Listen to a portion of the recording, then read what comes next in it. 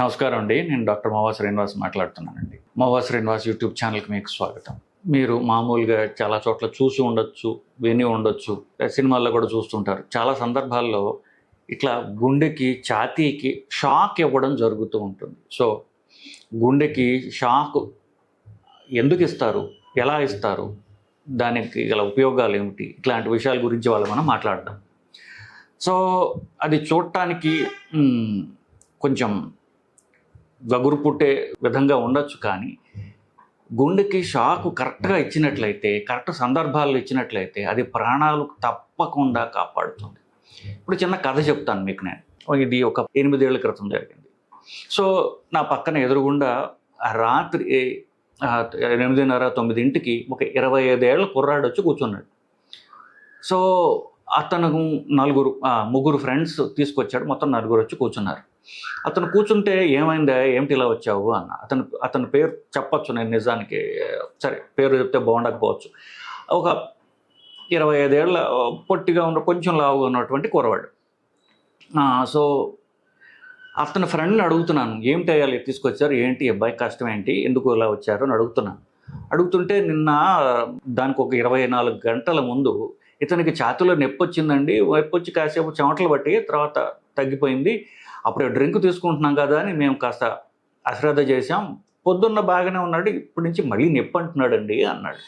అంటుంటే ఏమయ్యా ఏంటి ఇప్పుడు ఎలా ఉన్నావు అని అడుగుతుంటే కీ అని చిన్న శబ్దం వచ్చింది. చూస్తే ఇతను కీ అని అలా నోట్లోంచి అలా చప్పుడు వచ్చింది. ఎందుకు ఊపిరి ఆడట్లేదు కాబట్టి అతను ఇలా పక్కకి ఒరిగిపోతున్నాడు. పక్కకు ఒరిగిపోతుంటే నేను పట్టుకోండి అన్నాను. చూస్తే వెంటనే ముందుకెళ్ళి చూస్తే అతను స్పృహలో లేడు.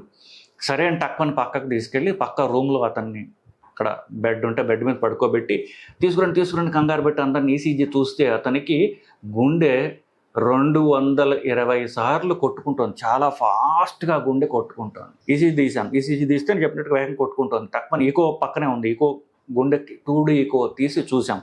దాంట్లో కూడా అంతే, గుండె చాలా వేగంగా కొట్టుకుంటుంది, ఇర్రెగ్యులర్గా అస్తవ్యస్తంగా కొట్టుకుంటుంది.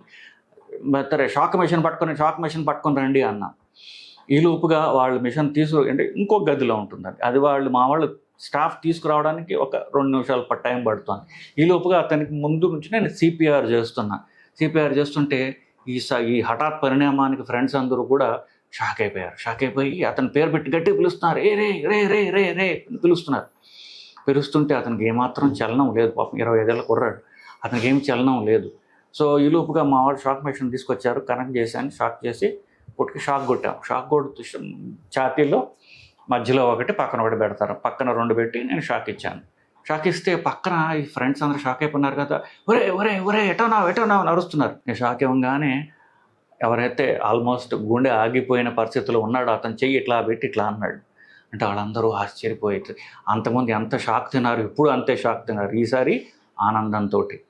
సో అతను ఇప్పటికీ, ఇది జరిగి 8 ఏళ్ళు అయింది, ఇప్పటికీ ఎంత అంటే ఒక బిలాంగింగ్ తోటి, ఎంతో ప్రేమగా నమ్మకంతో నాకు ఫోన్ చేస్తాడంటే, ఒక్కొక్కసారి అంటే ఒక రకంగా నేను అతనికి ఫ్యామిలీ మెంబర్ని అయిపోయాను. రాత్రి నవ్వొస్తుంది, రాత్రి తాగేసి 1 గంటకి ఫోన్ చేస్తాడు, సార్ ఎటా ఉన్నారు, బాగున్నారా ఇటా అంటుంటాడు. అంటే అంత గౌరవం అన్నమాట. ఎందుకు అతనికే కాదు, అతని చుట్టుపక్కల అందరూ ఫ్రెండ్స్ అందరూ చూశారు. పూర్తిగా జీవం లేకుండా లైఫ్లెస్గా పడి ఉన్నాడు. ఒక్క షాక్ ఇవ్వడంతో లేచి కూర్చున్నాడు. అఫ్కోర్స్ అప్పుడు ఈసీజీ తీస్తే అతనికి హార్ట్ అటాక్ వచ్చినట్టుగా ఈసీజీ తేలింది. వెంటనే ఎమర్జెన్సీలో హాస్పిటల్ షిఫ్ట్ చేసేసి యాంజియోప్లాస్టీ చేశాను. ఇది జరిగి 8 ఏళ్ళు అయింది. ఇప్పటికి చక్కగా ఉన్నాడు, జిమ్కి వెళ్తున్నాడు, అన్ని పనులు చేసుకుంటున్నాడు, ఆనందంగా ఉన్నాడు.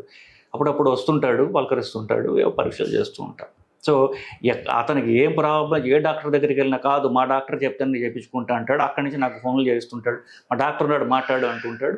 సరే ఇవన్నీ మాకు నడిచేవి బేసికలీ. అంటే ఒక షాకు 25 ఏళ్ల కుర్రవాడి ప్రాణం కాపాడింది. సో దాని సంగతి చెప్తున్నాను ఇప్పుడు. సో ఇందాక చెప్పాను మాటల్లో, గుండె వేగంగా ఇర్రెగ్యులర్గా కొట్టుకున్నప్పుడు షాక్ ఇస్తాము అని చెప్పేసి. సో అది కథ. నేను ఎంబీబీఎస్ చేసే రోజుల్లో, కొంతవరకు ఎండి జనరల్ మెడిసిన్ చదివే రోజుల్లో కూడా తెలియక చాలాసార్లు ఎమర్జెన్సీ డిపార్ట్మెంట్లో గుండె ఆగిపోతున్నప్పుడు, గుండె తక్కువ కొట్టుకుంటున్నప్పుడు కూడా షాకులు ఇవ్వడం జరుగుతుంటుంది ఎమర్జెన్సీ డిపార్ట్మెంట్లో. ఒకవేళ ఎవరన్నా మెడికల్ డిపార్ట్మెంట్లు వాళ్ళు ఆ బ్యాక్గ్రౌండ్ ఉన్న వాళ్ళు వింటే వినండి, గుండె తక్కువ కొట్టుకుంటే ఇచ్చేది షాక్ కాదు, అప్పుడు షాక్ పని చెయ్యదు, అప్పుడు మీరు సిపిఆర్ మాత్రమే చెయ్యాలి. గుండె వేగంగా కొట్టుకుంటూ ఎస్పెషల్లీ గుండె వేగం పెరిగి బీపీ తగ్గిపోతుంటే అప్పుడు మీరు గుండెకి షాక్ ఇవ్వాలి. సో గుండెలో మీకు తెలిసినట్టుగా 4 గదులు ఉంటాయి, పైన 2 గదులు, కింద 2 గదులు. సో పైన 2 గదుల్లో ఎక్కువగా కొట్టుకుంటున్నా, దానివల్ల ఎక్కువ కొట్టుకుంటున్నా, అంతకంటే ముఖ్యంగా గుండె కింద ఛాంబర్స్లో కనుక ఫాస్ట్గా కొట్టుకునే తత్వం వచ్చి గుండె వేగంగా పరిగెడుతోంది అనుకోండి, మీకు నిమిషానికి 60 సార్లు పరిగెత్తడం అలవాటు. అదే గుండెని 220 సార్లు 200 సార్లు నిమిషానికి పరిగెత్తిస్తున్నారు అనుకోండి, అలసిపోయి పడిపోతుంది కదా, పడిపోతే అది బీపీ జనరేట్ చేయలేదు. సేమ్ అంతే, గుండె విపరీతంగా పరిగెడుతుంటే ఆ పరుగులు అది పని చేయలేదు, సో బీపీ ఉండదు. సో ఆ బీపీ ఉండకపోవటం వల్ల వీళ్ళు కళ్ళు తిరిగి పడిపోతారనమాట. దానికి మందులతో బతిమాలి చేసే టైం లేదు, దానికి లెంపకాయ కొట్టాలి, గట్టిగా ఒక్కటి లాగి పెట్టి కొడితే అది నుంచుంటుంది, ఇప్పుడు దాన్ని మనం కంట్రోల్లో పెట్టాలి. అదనమాట, ఆ లాగి లెంపకాయ కొట్టేటటువంటిదే షాక్. అది ఇష్టం వచ్చినట్టు అల్లరి చిల్లరగా పరిగెడుతుంటే ఒక్కటి ఇవ్వాలి, ఒక్క షాక్ ఇస్తే దెబ్బకి లైన్లోకి వస్తుంది, దాని పని అది చేస్తుంది, వెంటనే బీపీ వస్తుంది, మనిషికి తెలివి వస్తుంది, లేచి కూర్చుంటాడు, అప్పుడు మనం ఏంటి సంగతి ఏంటి అని మాట్లాడవచ్చు. సో ఇది ఈ షాక్ ఇవ్వడం అనేది మన ఇంట్లో ఉన్నటువంటి షాక్ దానిలో వేలు పెట్టడం లాగా కొన్ని సినిమాల్లో చూస్తుంటాం. ఇన్ఫ్యాక్ట్ టామ్ క్రూజ్ ఒక సినిమాలో, మిషన్ ఇంపాసిబుల్ అనే సినిమాల్లో చేశాడు, ఆయన నోట్లో నాలుగు ఖర్చుకోకుండా ఏదో పెట్టుకుని వేలు తీసుకెళ్ళి కరెంట్ దానిలో పెడతాడు, షాక్ వస్తుంది, అప్పుడు అతను లేచి కూర్చుంటాడు, అలా చూపించాడు. కానీ అలా జరగదు. ఎందువల్లంటే మనకి షాక్ ఇవ్వడానికి వేరే మిషన్ ఉంటుంది. ఆ మిషన్ ఏం చేస్తుందంటే దానికి ఒక బ్యాటరీ ఉంటుంది, ఆ బ్యాటరీలో అది కరెంట్ తీసుకున్న బ్యాటరీ స్టోర్ చేసి పెట్టుకుంటుంది. ఆ స్టోర్ చేసి పెట్టుకున్నటువంటి బ్యాటరీ నుంచి మనం గుండెకి మనం అనుకున్నంత మోతాదులో ఎంత ఇవ్వాలని 50, దాన్ని జోల్స్ అంటారు, జోల్స్, JAULES, 50 పవర్ ఇద్దామా, 100 ఇద్దామా, 200 ఇద్దామా, 300 ఇద్దామా, ఇట్లా అవి మనం ఇచ్చుకుంటూ పోవచ్చు. సో యూజువలీ గుండె కింద ఛాంబర్స్ నుంచి కనుక వేగంగా కొట్టుకుంటారు, దాన్ని వెంట్రిక్యులర్ టాకికార్డియా అంటారు. ఇది చాలా తీవ్రమైనటువంటి సమస్య, దీనివల్ల ఇమ్మీడియట్గా ఎక్కడొక్కడ కొలాప్స్ అయిపోతారు. ఒక్క 5 నిమిషాల్లో గనక మనం షాక్ ఇవ్వకపోతే ప్రాణాలు పోతాయి, సమస్య లేదు దీంట్లో. సో అట్లాంటప్పుడు 200 జోల్స్ ఇస్తారు. కాదు గుండె పై ఛాంబర్స్ నుంచి ఎక్కువ కొట్టుకుంటోంది అనుకుంటున్నప్పుడు 50 జోల్స్ 100 జోల్స్ ఇస్తే సెట్ అవుతుంది. ఇట్లా నాకు ఇంకొక ఎగ్జాంపుల్, మాకు బాగా కావాల్సిన ఆవిడ ఒక ఆవిడ ఇలాగ వేగంగా కొట్టుకుంటూ ఉంటుంది. ఆవిడకి ఒక 4 రోజుల పాటు అలాగ ఉండి నా దగ్గరకు వచ్చింది, ఈసీజీ చూసి మా మీకు షాక్ ఇవ్వాలి, నాకు షాక్ ఇవ్వాలి అంటే, షాక్ అంటే చాలా తీవ్రమైనదే కదా, వీళ్ళు షాక్ అవుతారు, మెంటల్ షాక్ అవుతారు. కాదమ్మా ఇది చాలా సింపుల్ అని చెప్పేసి ఐసీయూలో పడుకోబెట్టి చిన్న మొత్తం మంది ఇంజక్షన్ ఇచ్చి 50 జోలు షాక్ ఇచ్చాను, చక్కగా లేచి కూర్చుంది, ఆ గుండె దడపోయింది, బీపీ ఇంప్రూవ్ అయింది, సెట్ అయిపోయింది బండి.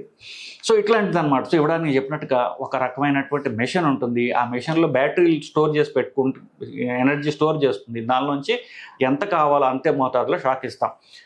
గుండెకి అటు ఇటుగా ప్యాడిల్స్ పెట్టి షాక్ ఇస్తారు. గుండె ఎడం పక్కన ఉంటుంది కాబట్టి గుండె మధ్యలో కానీ కుడి పక్కన కానీ ఒకటి పెట్టి, గుండెకి కింద భాగంలో ఇంకొక ప్యాడిల్ పెట్టి 2 పెట్టి ఇట్లా షాక్ ఇస్తే ఈ రెండింటి మధ్యన కరెంట్ ప్రసారిస్తుంది. ఆ కరెంట్ ప్రసరించే మధ్యలో గుండె ఉంటుంది అన్నమాట. సో గుండెకి అటు ఇటుగా పెట్టి షాక్ కొడితే ఈ రెండింటి మధ్యన కరెంటు గుండె ద్వారా పాస్ అవుతుంది కాబట్టి గుండెలో ఉన్నటువంటి అబ్నార్మల్ రిథమ్స్ అన్ని కూడా దెబ్బకి సెట్ అయిపోతాయి.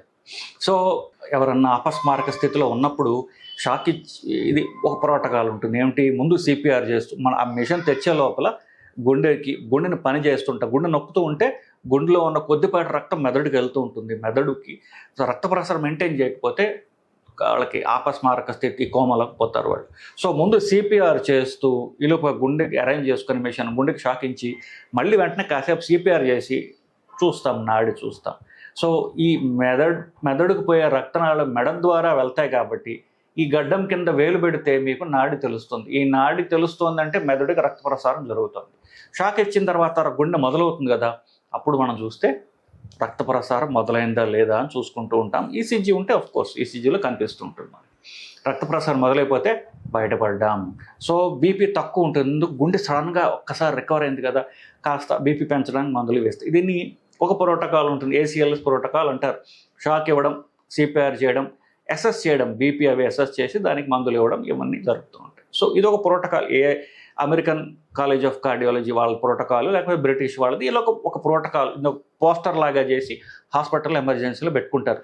ఈ కంగారులో మనం స్టెప్ సరిగా వెళ్తున్నామా లేదా చూడటానికి. బేసిక్ వీటిల్లో మనం షాక్ గురించి మాట్లాడాం, గుండెకి షాక్ ఇవ్వడం గురించి. చాలా చాలా సందర్భాల్లో ఈ గుండె డాక్టర్గా నాకు కొన్ని కేసెస్ గుర్తుంటాయి.